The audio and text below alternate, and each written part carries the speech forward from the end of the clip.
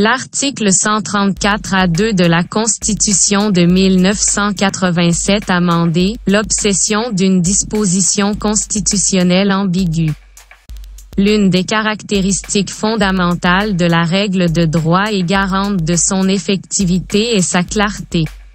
Il arrive toutefois que cette exigence de clarté ne soit pas toujours au rendez-vous. La loi étant une œuvre humaine. Une loi ou une disposition de loi peut être imprécise, insuffisante, équivoque. C'est pourquoi, dans les démocraties modernes, sont instituées des autorités d'interprétation et des autorités juridictionnelles pour trancher lors des éventuels conflits nés de l'application de la règle de droit. L'autorité d'interprétation de la loi est normalement le juge, responsable de sa mise en application. Le législateur également peut interpréter la loi.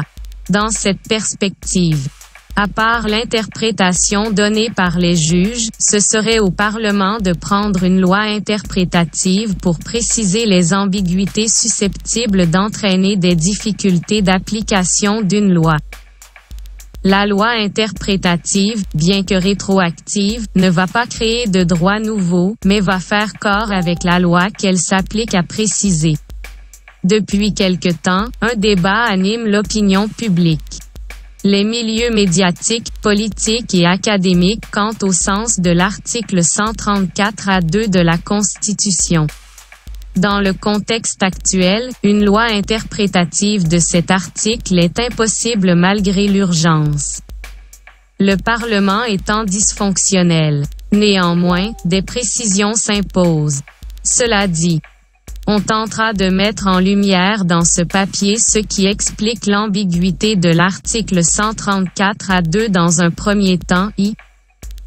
On montrera dans un second temps qu'un combat judiciaire devant les juridictions compétentes pour résoudre le problème par la force de la chose jugée est impossible. 2. Ce qui rend encore plus nécessaire et urgent un accord politique entre les protagonistes de la crise. 3. Sur les ambiguïtés de l'article 134A2 de la Constitution, on ne pourra pas bien mettre en évidence les difficultés d'interprétation de l'article 134A2 de la Constitution amendé sans un retour vers sa version avant l'amendement. Il faut également, pour saisir l'ambiguïté, analyser l'énoncé de l'article 134A1. Voici l'énoncé de l'article 134A1, la durée du mandat présidentiel est de 5 ans. Cette période commence et se terminera le 7 février suivant la date des élections. Au premier abord, cette disposition constitutionnelle n'a rien d'équivoque. Elle est gardée telle qu'elle dans la version amendée de la Constitution. Pour ce qui est de l'article 134A2, avant l'amendement du 9 mai 2011, il se lisait comme suit. L'élection présidentielle a lieu le dernier dimanche d'octobre de la 5e année du mandat présidentiel. Comme l'article 134A1. Ce texte n'est susceptible d'aucune interprétation tant il est clair. Mais, après l'amendement du 9 mai 2011, l'article 134A2 se lit désormais comme suit. L'élection présidentielle a lieu le dernier dimanche d'octobre de la 5e année du mandat présidentiel. Le président élu entre en fonction le 7 février suivant la date de son élection. Au cas où le scrutin ne peut avoir lieu avant le 7 février.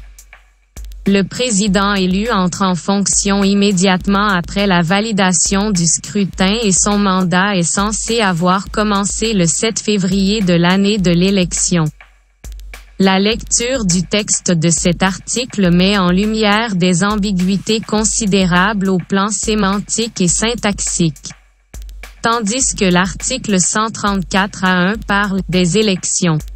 L'article 134A2 pour sa part parle de son élection dans la deuxième phrase. En effet, en soulignant que le président élu entre en fonction suivant la date de son élection. Il y a une ambiguïté majeure créée ici par l'adjectif possessif « son ». En réalité, Cet adjectif possessif peut facilement permettre de conclure que la date de son élection, en parlant du président, est celle où il a été élu président. Dans le cas du président Jovenel Moïse, il a été élu président le 3 janvier 2017, date de la proclamation définitive des résultats. On pourrait donc supposer que la date de son élection est de fait le 3 janvier 2017. Dans ce cas de figure, le début de son mandat serait le 7 février 2017 qui est l'année de l'élection. En bref, une des conclusions possibles permises par l'article 134A2 est que les élections, terme de l'article 134A1 de novembre 2016 ont amené au pouvoir un président dont son élection, terme de l'article 134A2 a eu lieu le 3 janvier 2017, date de la proclamation définitive du vainqueur par le Conseil électoral provisoire, CEP. Plus encore, dans le même article, le pouvoir constituant dérivé de 2011 utilise le terme « scrutin ». Dans la dernière phrase de l'article, le constituant parle du 7 février de l'année de l'élection. L'année de l'élection ici est-elle celle où ont été organisées les joutes électorales ou celle de la proclamation définitive des résultats?